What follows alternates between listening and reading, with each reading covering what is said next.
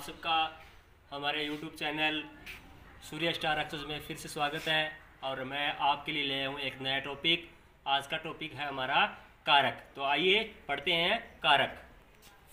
कारक की परिभाषा है संज्ञा या सर्वनाम के जिस रूप से वाक्य अन्य शब्दों के साथ उसका संबंध ज्ञात होता है उसे कारक कहते हैं। यानी कहने का मतलब है, अर्थात ये है क्या, संज्ञा या सर्वनाम शब्दों का उस वाक्य की क्रिया से जो संबंध पाया जाता है उसे कारक कहते हैं। ये क्या कहता है, संज्ञा या सर्वनाम शब्दों का उस वाक्य की क्रिया से, यानी कि वाक्य के अंदर जो क्रिया होगी उसके साथ में जो संबंध बनाता है वो कारक कहलाता है।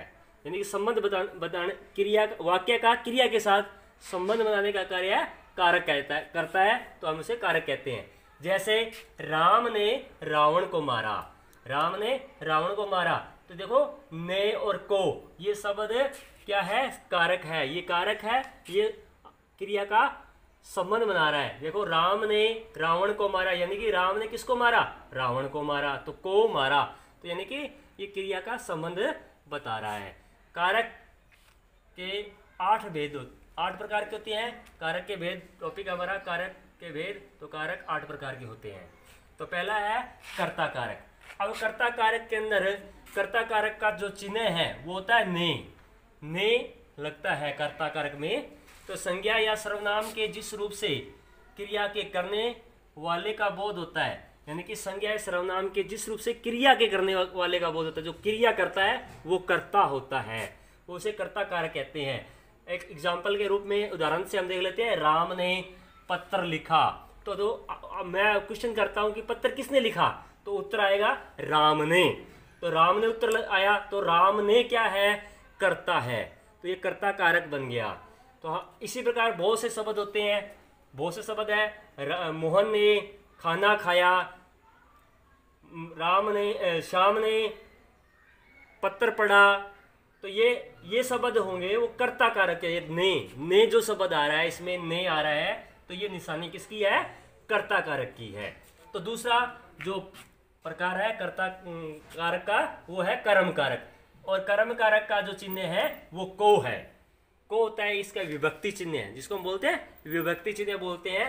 तो कर्म कारक का जो विभक्ति चिन्ह है वो को होता है। वाक्य में प्रयुक्त जिस शब्द पर कर्ता द्वारा किए जाने वाले कार्य का फल पड़ता है, यानी कहता है कि वाक्य में जो जिस शब्द पर कर्ता द्वारा जो कार्य का किया जाता है उसका जो फल पड़ता है वो कर्म कारक होता है। थोड़ा उदाहरण से समझेंगे तो और भी समझ में आ जाएगा। जैसे राम ने रावण को मारा, राम ने रावण को मारा, तो देखो राम ने मारा। अब मैंने क्वेश्चन किया राम ने किसको मारा, तो उत्तर आता है रावण को, रावण को आता है, तो को आ गया। तो को क्या है, को रावण को क्या है, कर्म है। ये कर्म में कर्म कारक आ गया, है ना। इसी प्रकार तीसरा क्या है, करण कारक। अब इसमें विभक्ति चिन्ह क्या आता है, से आता है। यानी कहने का मतलब है कि जब वाक्य में प्रयुक्त कर्ता जिसकी सहायता से क्रिया करता है, कोई भी क्रिया करता है जिसकी सहायता से, उसे करण कारक कहते हैं। जैसे राम ने कलम से पत्र लिखा, राम ने कलम से पत्र लिखा, तो देखो राम है वो पत्र लिखने का कार्य कर रहा है, लेकिन किससे कर रहा है, कलम से। तो ये कलम क्या है, कलम से क्या है, करण कारक है। इसी प्रकार श्याम ने भोजन चम्मच से खाया, तो चम्मच से खाया, तो से खाया, तो यानी क्या है, करण कारक है। अब चौथा इसका प्रकार है संप्रदान कारक। अब इसका संप्रदान कारक का जो विभक्ति चिन्ह है तो क्या है, को है या के लिए, को और के लिए होता है। तो इसका संप्रदान का अर्थ होता है दान, किसी को दान देना होता है, यानी उसमें संप्रदान क्रिया भी आता है, यानी कि जो चीज़ दी जाती है वो संप्रदान के लिए अंदर आती है।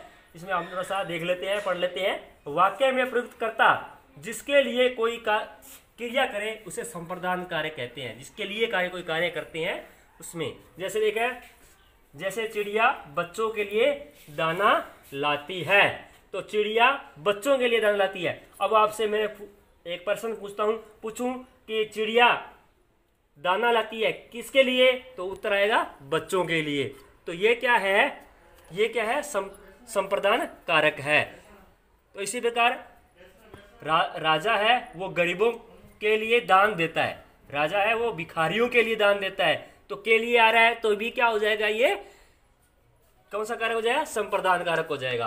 अब होता है अपादान कारक। अपादान का चिन्ह है, विभक्ति चिन्ह होता है से, यानी कि अलग होने के लिए, किसी चीज जो चीज अलग होती है वहां संप्रदान कारक होता है। जिससे किसी वस्तु का अलग होना ज्ञात हो उसे संप्रदान कारक कहते हैं। जैसे आम पेड़ से गिर पड़ा, तो आम है वो पेड़ से गिर पड़ा, तो वो क्या हो गया, आम अपने पेड़ से अलग हो गया। इसी प्रकार क्या है, वृक्ष से पत्ता गिरता है, तो वृक्ष से पत्ता गिर रहा है, यानी कि वृक्ष से पत्ता क्या हो रहा है, अलग हो रहा है। विद्यालय से बच्चे घर गए, तो बच्चे क्या हो गया, विद्यालय से अलग हो गए। इसी प्रकार उसमें ऐसे शब्दों में अपादान कारक होता है। इसी प्रकार छठा क्या है, संबंध कारक। इसका विभक्ति चिन्ह क्या आता है, का, की, के, रा, री, रे। ये जो संबंध बताएंगे ये विभक्ति चिन्ह है, का, की, के, रा, री, रे।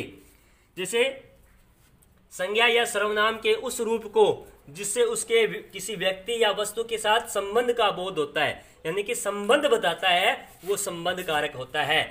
जैसे राम का भाई श्याम है, तो अब ये संबंध बता रहा है कि भाई राम का भाई कौन है, श्याम है। तो का आ रहा है इसमें, देखिए का आ गया और भाई भी है, ये संबंध बता रहा है। यह तुम्हारा घर है, यह मेरा घर है, ये शब्द क्या है, संबंध बताते हैं। यह मेरी पेंसिल है, यह मेरा पेन है, तो ये सब किस में आते हैं, संबंध कारक में आते हैं। अब आता है अधिकरण कारक, यानी कि जिस क्रिया को करने का जो आधार हो वह अधिकरण कारक होता है। अब देखिए जिन शब्दों में क्रिया के आधार का बोध होता है वे अधिकरण कारक कहलाते हैं। जैसे माँ कुर्सी पर बैठी है, तो अब देखो माँ का बैठने का जो आधार है वो कुर्सी है। माँ किस पर बैठी है, तो आप उत्तर दोगे कुर्सी पर, तो ये कौन सा कारक आ जाएगा, अधिकरण कारक हो जाएगा। इसी प्रकार बच्चा पालने में झूल रहा है, तो बच्चे का जो कहाँ झूल रहा है, तो पालने में झूल रहा है, तो ये क्या आएगा, यहाँ अधिकरण कारक आ जाएगा। ऐसे बहुत से शब्द आते हैं जिसमें और से उदाहरण भी बहुत से आते हैं अधिकरण कारक के। अब है आठवां जो प्रकार है, संबोधन कारक। संबोधन यानी कि किसी को पुकारना, बोलना, सावधान करना, ऐसे शब्द क्या होंगे, संबोधन में आते हैं। इसका चिन्ह है हे, रे, अरे, ओ। वाक्य में संज्ञा के जिस रूप से बुलाने, पुकारने या सावधान करने का बोध होता है उसे संबोधन कारक कहते हैं।